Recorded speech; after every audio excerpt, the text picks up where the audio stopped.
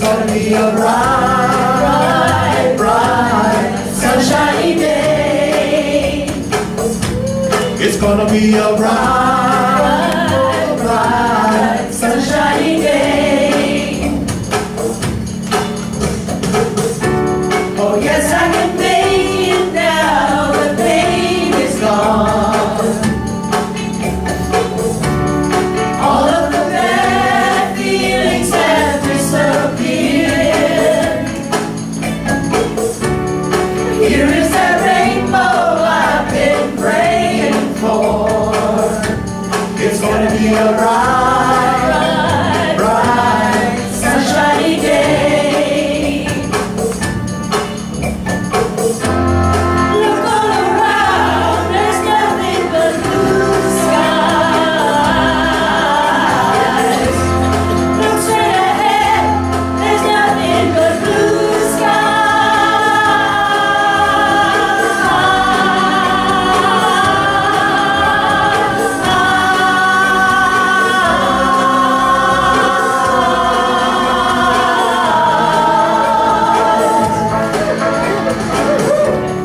I can see clearly now, the rain is gone.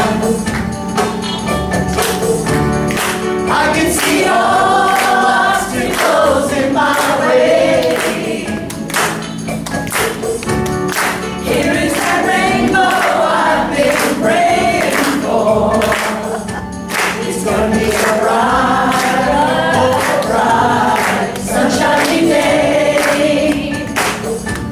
It's gonna be a bright, bright, sunshiny day. Bright, bright, it's gonna be a bright, bright, sunshiny day. Yeah, yeah, it's gonna be a bright, bright, sunshiny day. Bright, bright, it's gonna be a bright, bright, sunshiny day. It's gonna be a bright, bright, sunshiny day.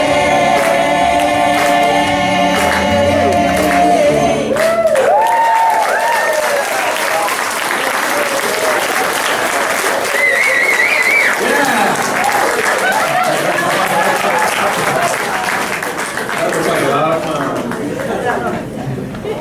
Thank you, Ken, and Voices of the Heart Choir.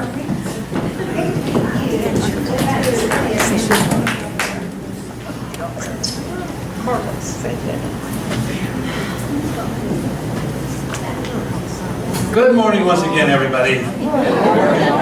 It's good to be among my people. My mother, Arvel Bird, was heard to speak those words as she sat among a crowd of Native Americans at the Pueblo Indian Art Festival at the old Indian School grounds in Phoenix in 2008. The only time she was ever heard to actually admit that she was Paiute. Say again? We're all in the bird tribe. You're all in the bird tribe now. That's right. So what is alive in me this morning? Remember the last time I stood here? What was alive in me was my fear. I stood in my fear. But what is alive in me this morning is my gratitude. I want to thank, first of all, Ken Reynolds for stepping up to become the platform leader I knew he was.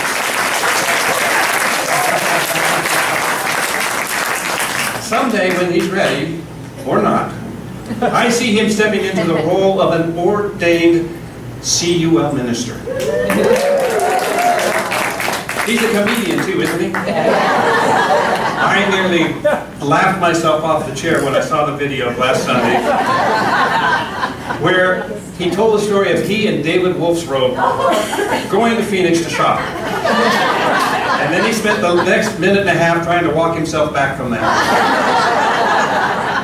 The only thing that would have made that any funnier is if I could have seen David Wolfsrobe's face. I couldn't see on the video. A great job. I also want to thank Jay, who's not here, who does an amazing job behind the scenes with the audio and video support. And also Rick and Nancy Lau for running the video camera for us. Kim's already thanked a lot of people here. I'd like to thank all of those musicians and singers that came to share their talent, including Wendy Harford, Ken Reynolds, of course, and David Wolfsrode, as well as the speakers, the guest speakers, Rabbi Bernie, with his dynamic and scholarly overview of Judaism from Moses to today, and Deborah Emanuel's message of how our life force energy can be eclipsed by our own shadow. And of course, there's Caitlin Flynn's, where is Caitlin? Her amazing meditation that she did last week, which I could tell it touched me and it touched a lot of people too. And of course, then there's Daniel Ramos. Wow. And he's here today. I thought he would not be coming down from Mingus Mountain this early. But you were up there with doing sweat lodge ceremony, weren't you? Always the spiritual warrior. So I appreciate him. I knew he was going to be that powerful speaker when I first sat down to talk with him. And that amazing video and the powerful way he gave his message about the Rainbow Tribe and how our healing of ourselves, our own lives, from the inside out, gives hope to healing the world as well. Did you notice at the end of that video that there were 9 things that were listed that we can do to help bring about the world holistic vision, where we can live with Mother Earth in a way where life wins and flourishes on all levels with peace and well-being?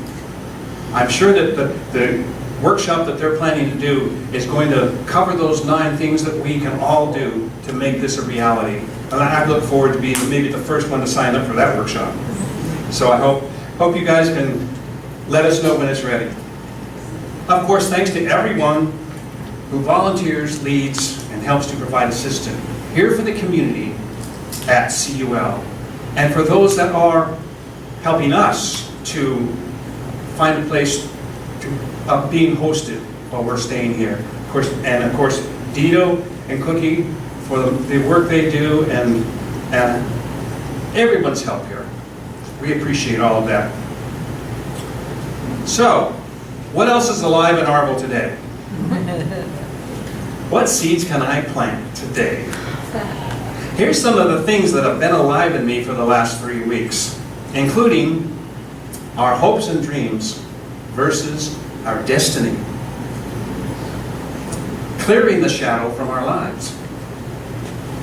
Holding sacred power in male-female relationships and or the relationships that we have with our significant other. And owning our greatness. So now how does all this add up to the message today of Beyond Religion? Beyond Religion is really at the core of CUL doctrines and beliefs. Why? Because we have no dogmas. We have no rules. We have no right or wrong way to do things.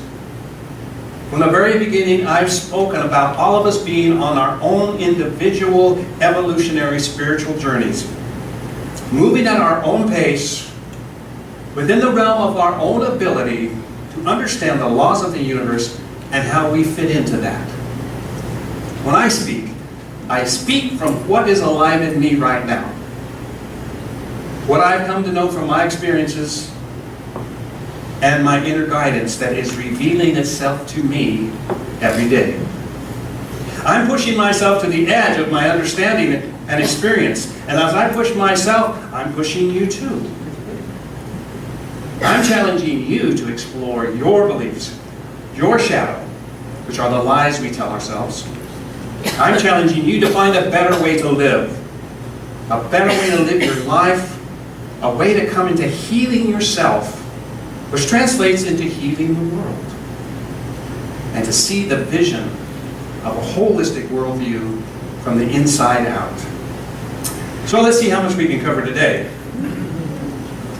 What do I mean by our hopes and dreams versus our destiny? I never gave much credence to the word destiny before because it seemed to me like the idea of destiny kind of erased our free will and our responsibility. But now I'm seeing destiny in a whole new light. This whole question about destiny came up for me from watching a video about the Matrix and how we can bend reality into whatever we want. You know, there's a new technique being used out there by a lot of organizations that are wanting us to buy their product, their stuff. It's called the video funnel approach, which directs us, as the viewer, directs our behavior towards buying their product, their thing that they're selling. In other words, they say that to get this knowledge, this skill, this wisdom, this insight, you have to do this first, which is buy this. In other words, you make me rich, and I'll send you something that you can use to make yourself rich if you do exactly like I say, which includes buying more of my products. More stuff. I did like the comparison of the scientific and the ancient wisdom compatibility analysis. Of course, the whole focus of this video is on acquiring things. Acquiring things that you want. Things you don't have yet. Material things. And some may say the focus is on the illusion of our ability to control our lives, which includes our hopes and dreams. What we're wishing for. Some things we can control, but maybe it's just my illusion, but it does seem like there are some things that we don't control because we are following an unseen and unknown destiny that unfolds as we make enough of the right choices and go through enough of the right doors. Let's take my solo music career, for instance. My hopes and dreams from my solo career were nothing less than international and national recognition of myself as a composer, a musician, and a performer. Kimberly and I did all that one or two people can possibly think of to do and accomplish. And yet, I didn't achieve my dream. Now, I believe that I possess all of the requirements necessary for this dream. From my hard-earned talent, to my willingness to show up and believe, along with my determination, persistence, and dedication. I was willing to go anywhere and do anything that supported and promoted my agenda, as well as sacrifice anything that I needed to sacrifice to get there. And I sacrificed a lot. However, if I was 10 years younger, I may be still pursuing that dream.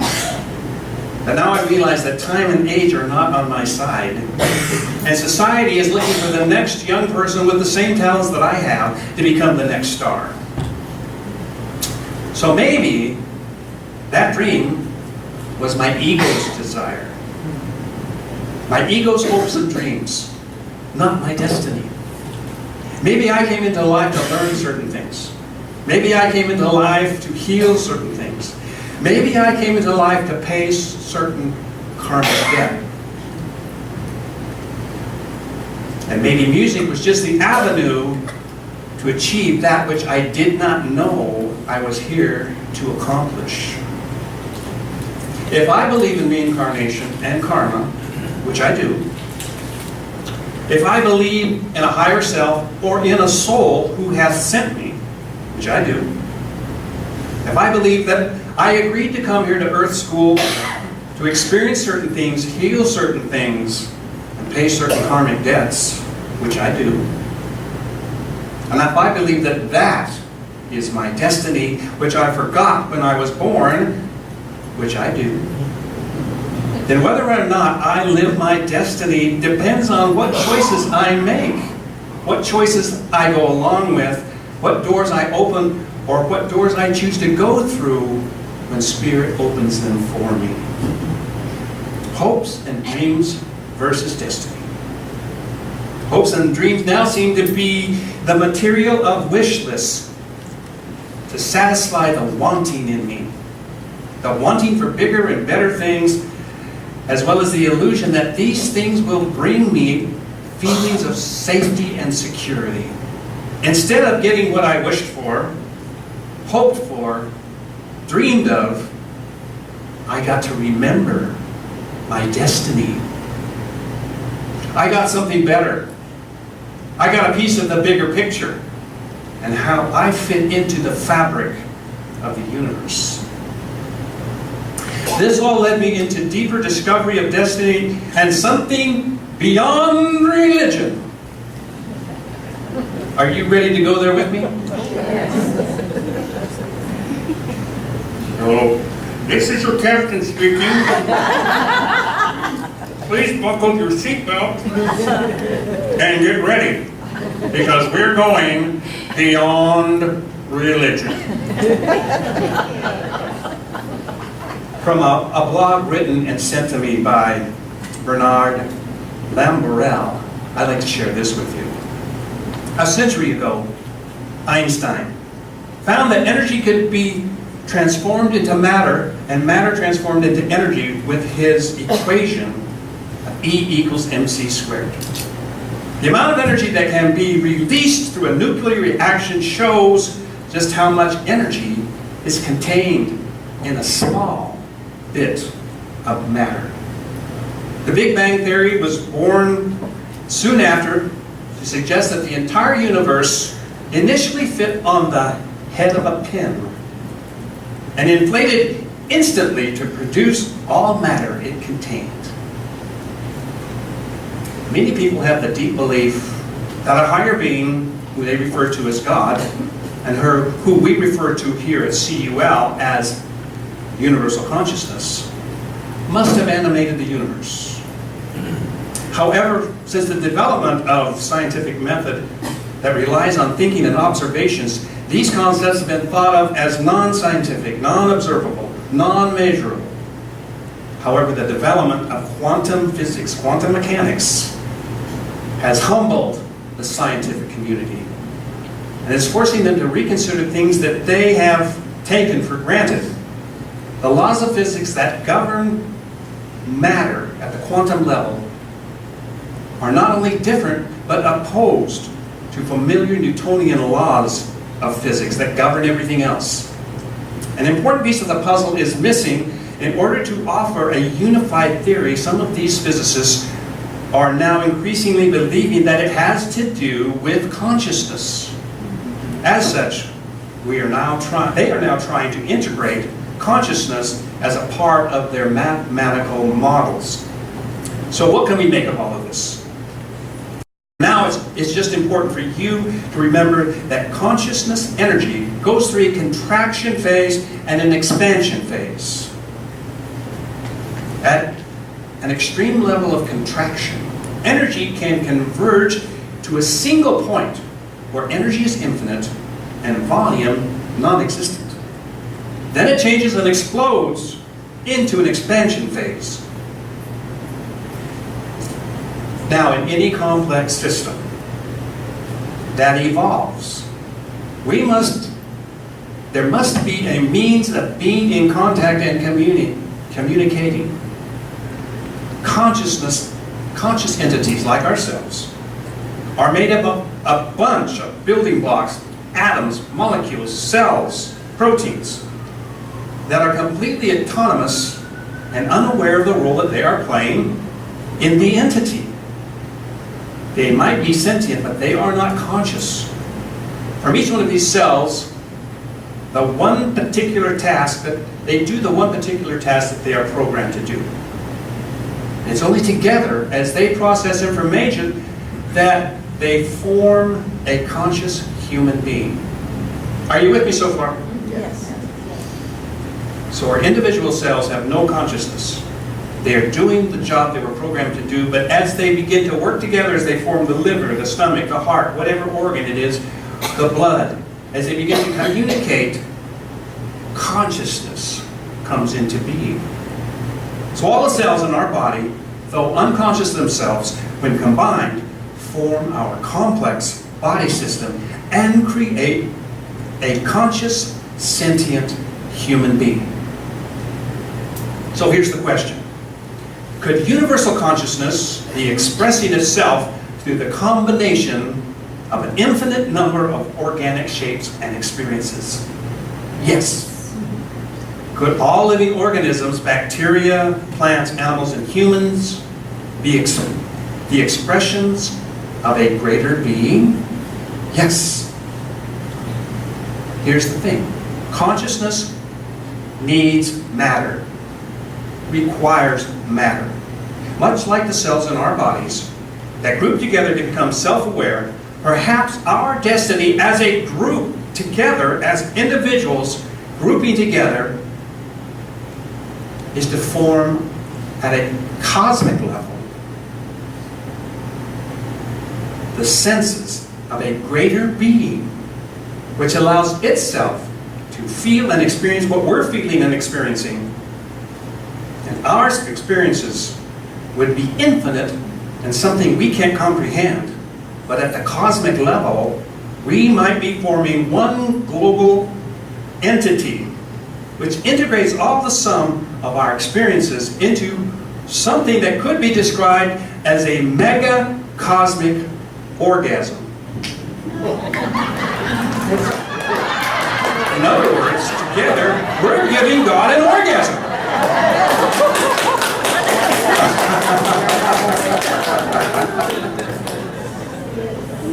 As such, the divine creator wouldn't be distinct from us, would it? We would all be, in some small ways, pieces of God. And though we mostly go through our lives centered on our own basic needs, we are nevertheless experiencing everything there is to experience in the material world. And much like the waves that rise and die on the beach, we would come to life to experience dualism and then die, largely unaware of our contribution to the ultimate experience. Through our very existence, we would allow this greater being to experience dualism. Dualism is an essential part of experience because it rests on oppositions. It takes cold to understand hot. It takes a bad experience to understand a good experience. It takes ugly to understand beauty, etc., etc. As I've said, without matter, there would be no conscious awareness. Without consciousness, there would be no life. Without life, there would be no experiences, and consciousness would have no reason to exist. Are you with me so far? Yes. Good. And then comes love. We experience life as individuals, but we are more accurately contributing to and extending a journey that began billions of years ago. Just like Daniel Ramos said last year when he was talking about the ancestors, our ancestors. If I can paraphrase him, it's we stand on the shoulders of our ancestors, who stand on the shoulders of their ancestors, who stand on the shoulders of their ancestors. And that could go back millions of years. We are on the cutting edge of our genetic ancestral lineage. When we die, we finish our journey punctually, and we lose our personal identity because we dissolve back into the everything. We give up our dualistic experience to become source energy again. Perhaps this is why many people who have experienced near-death experiences report seeing a tunnel leading us back to the field of consciousness. But if our lives are little more than experiencing dualism, then why should we care about how we live our lives? Perhaps because by us becoming more aware of the role we play in the universe, spirituality can bring us to appreciate and develop a new sense of awareness. A sense of belonging and a sense of oneness, which is non-dualism. Our ego allows us to experience a path to consciousness, more than just being neighbors or friends or family or even lovers, when we are truly the independent particles of one and the same being. Much like the pixels on a TV or computer screen, we are unable to comprehend the big picture. By developing our own consciousness, our own self-awareness, we can not only better experience dualism, but we can also tap into the amazing power of non-dualism. In fact, as Lamberell says, I think that nirvana occurs when we fully embrace non-dualism. This happens when our mind and body become fully aware of the purpose and of the place they occupy in the big picture of the universe. When this occurs, we feel extraordinarily unified, powerful, and wonderful. We can touch Creator, because Creator is not only all around us, but Creator is within us. How do we achieve this nirvana of oneness? Well, whether we call it God or universal consciousness, we experience it best through the sentiment of love. Indeed, when we love ourselves, when we love our families, when we love everything as we love ourselves, we experience nirvana through oneness. Solving the world's problems through the exercise of power is an approach that belongs to lower stages of consciousness. So what I want you to take away from this morning is that by taming our ego, and by that I mean what our ego does is offer us a wish list of more materialism and consumption. So by taming our ego, and by increasing our consciousness through healing our emotional wounds, we can develop unconditional love, the ultimate life experience, the non-dualistic power of oneness. And the only power that can help us overcome the challenges that our world faces so that we can move as one is love.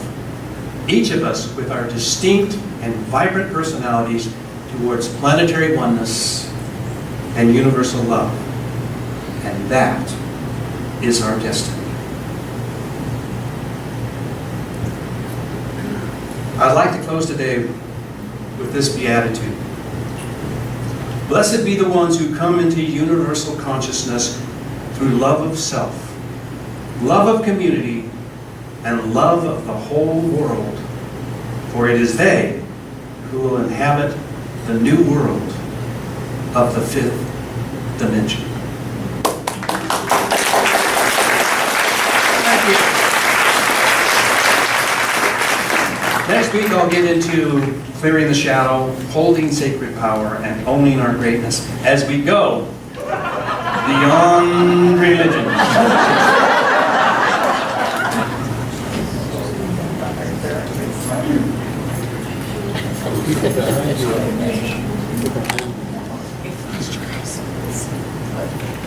Jesus once before a sun.